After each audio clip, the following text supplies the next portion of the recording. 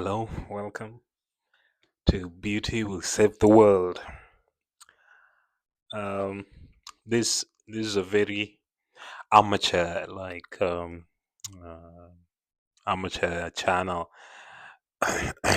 which maybe the etymology for that word always means love. Something done out of love, and so it's not perfect. It's not so well organized. It's just someone trying to share what they love. And like Rumi calls it love's confusing joy. Like, I mean, you love something so much, you don't even know where to begin. You want to share it. You don't even know if the other person will love it as much as you do, but you don't care. And you just rave on, and whoever will catch something, that's it. It's like a conversation with an imaginary friend. And I guess for me, living in so far from home and away from my friends, it's a way of coping, I guess. So today I'll be reading from the book of Disquiet, which is one of my favorite books. It was suggested to me by a friend of mine from Portugal, who a, is a pianist. And since then, I've read it so many times. Like, of course, it's not like your conventional novel. It's like journal entries. So I read it once all the way through, second all the way through, and then after that, it's just been like randomly opening any page really. And one thing I realized, like, out of most writers I've read, I mean, nobody writes so vividly about rainfall. And whenever you read his rainfall landscape, it's almost like you hear the Chopin rainfall prelude on the background while you read it. It has the same effect.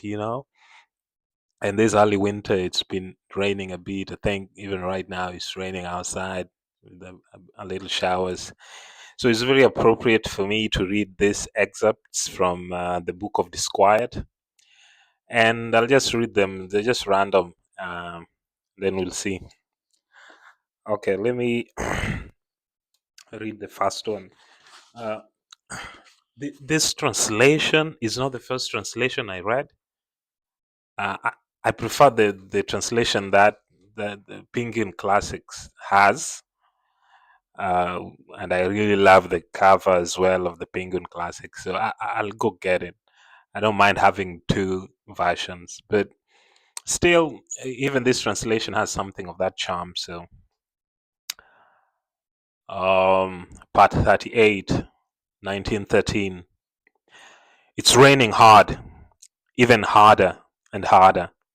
It's as if something were about to be unleashed in the blackness outside. The irregular hilly heap of the city seems to me today more like a plain, a rain-filled plain. Wherever I look, everything is the color of rain, pale black. I'm filled with strange sensations, all of them cold. Now it seems to me that the landscape is nothing but mist, and that the houses are mist that veils it. A kind of pre-neurosis of what I will be when I no longer am chills body and soul. Something like a memory of my future death makes me shiver inside. In a fog of intuition, I feel I'm dead matter, falling in the rain, bemoaned by the wind, and the cold of water will not then feel gnaws at my present heart. Oh my god, it really embodies the feeling of rain and the sort of foreboding uh, sensation that sometimes comes with it, with the bad weather.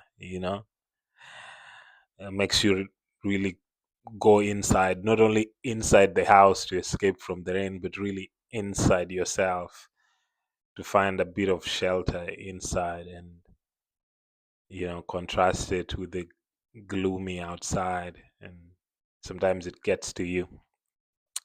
Rainy landscape, part 45, 1913. All night, for hours and hours, the whisper of rain falling. All night, as I lay half awake, the cold liquid monotony of rain on the window nagged at me. Now, from higher up, a gust of wind made the water swirl painfully and beat rapid wings against the glass. Now, a dull sound lulled to sleep the dead world outside. My soul was the same as ever, whether between the sheets or among the people, agonizingly conscious of the world. Like happiness, the day was taking a long time to arrive, and at that hour it felt as if it never would. If only that day and happiness would never come, if only hopes could at least not suffer the disappointment of coming true. From the far end of the street came the chance sound of a late night cart jolting roughly off the cobblestone, crunching past beneath the window before disappearing off down the street into the depths of the vague sleep to which I could not quite succumb. Now and then a door on the stairs slammed. Sometimes there was the qu- quelch of footsteps, the rustle of damp clothes. Occasionally, when there were more footsteps, this seems louder and more intrusive.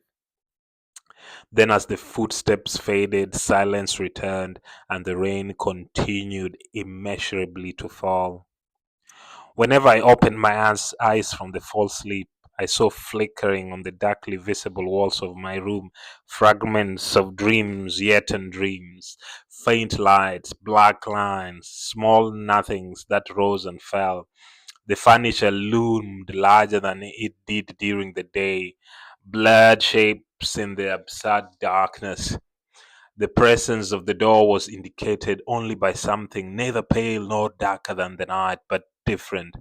As for the window, I could only hear it.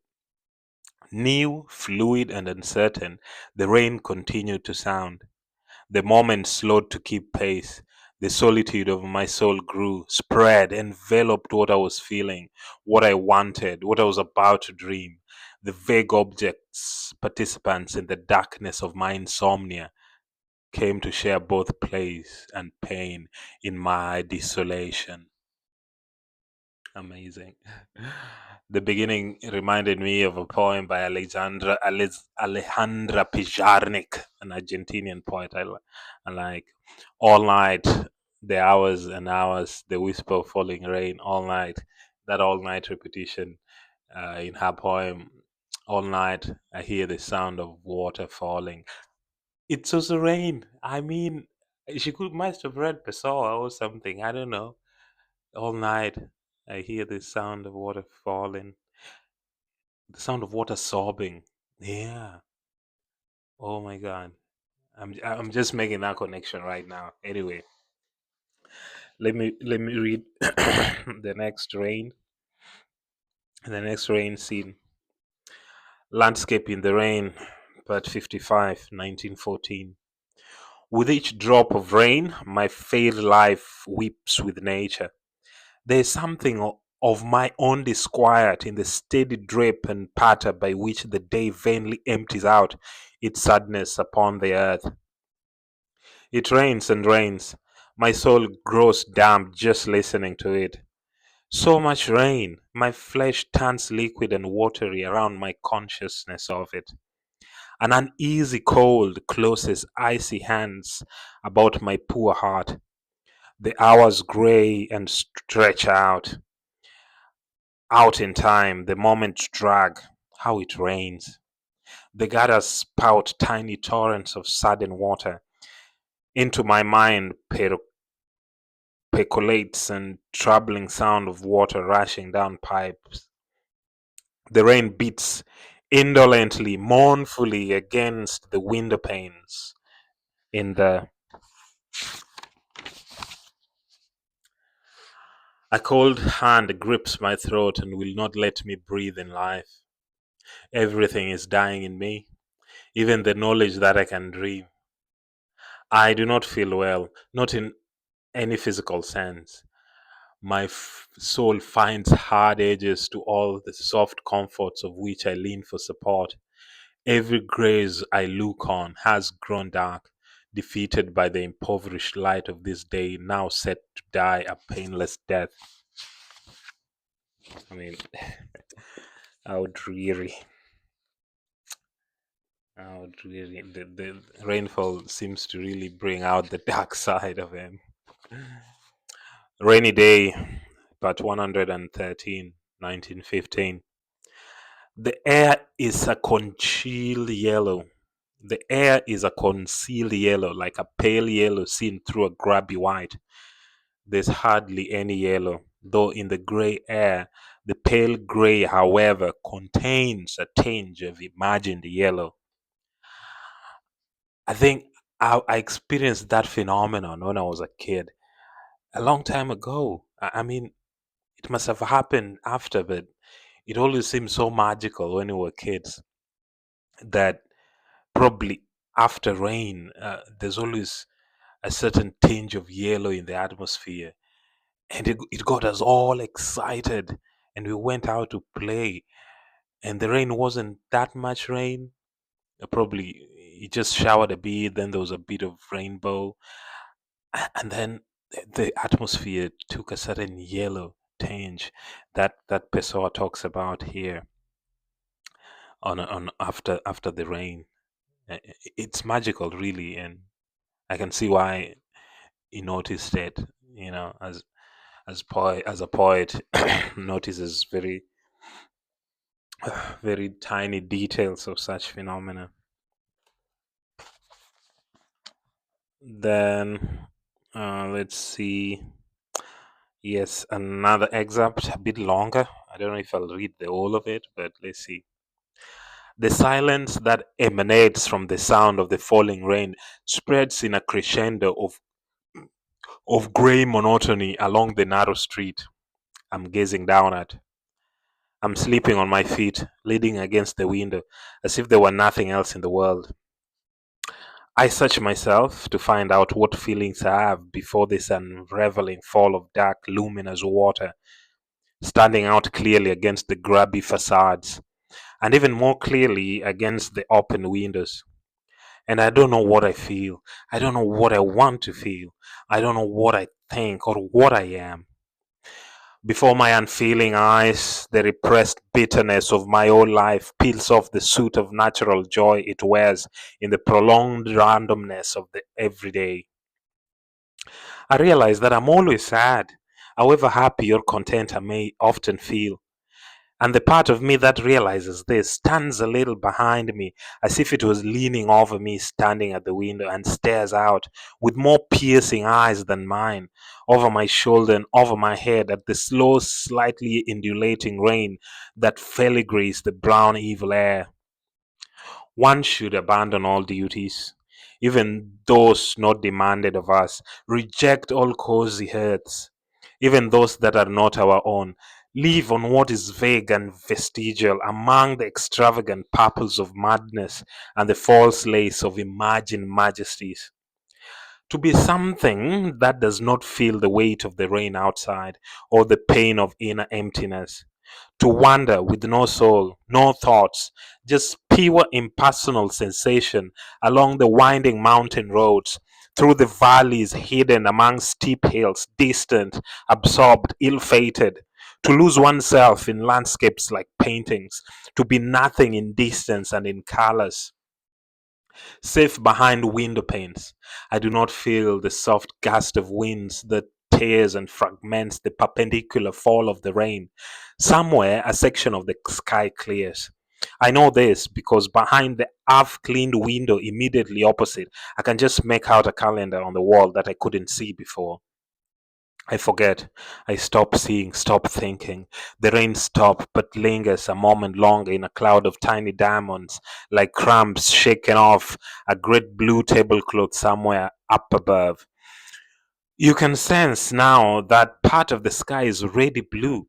Through the window opposite, I can see the calendar more clearly now. It bears the face of a woman, and I recognize it as an advertisement for one of the more popular brands of toothpaste. But what was I thinking about before I lost myself in looking? I don't know. The wheel? Effort? Life? From the spreading light, I can tell that the sky must be something completely blue again. But there's no peace, nor will there ever be, in the depths of my heart. That old well at the far corner of the estate, long since sold, the memory of childhood locked up under the dust of an attic in someone else's house. There's no peace, and alas for me, not even a desire to find it. Like I said, the rain seems to really wake something dark in it, but generally the book is very bleak. That's why it's called a book of disquiet. Let me read like the last excerpt, part 272, 1930.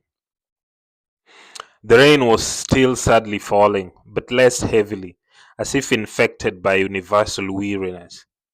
There was no lightning now, and from somewhere off in the distance, a brief roll of thunder would occasionally grumble, then stop, as if it too had grown weary. Suddenly, the rain grew lighter still. One of the clerks opened the windows and gave onto Rua dos Duadores. Into the room slipped a cool breeze with fading remnants of heat in it. The voice of my boss Vasquez, said loudly in the phone, "You mean the line's still busy?" And then there was the sound of muttered expletive, an impatient remark addressed, presumably to the receptionist on the other end. Yeah, so the last part is Rain. While he's at the office, he worked. Oh, Bernardo Suarez is the heteronym that he uses in this book. He wrote with different heteronyms, like he became a totally different person with each heteronym he did. So Bernardo Suarez in this is an accountant at an accounting firm in Lisbon. Some points he wrote as an engineer in Brazil. At the time, he was an Englishman, and the writing style is totally different. The tone is totally different. He's a totally different person.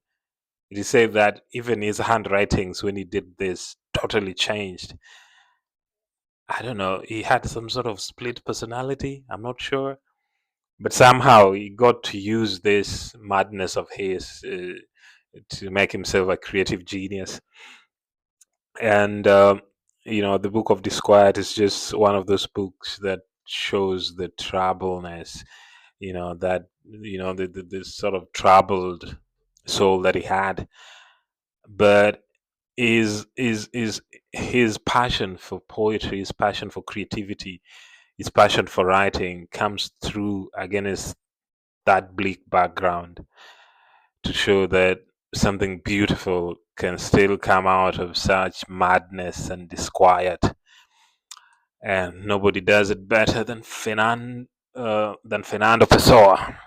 Yes, yes. Thank you for watching. Like and subscribe. Beauty will save the world. Bye.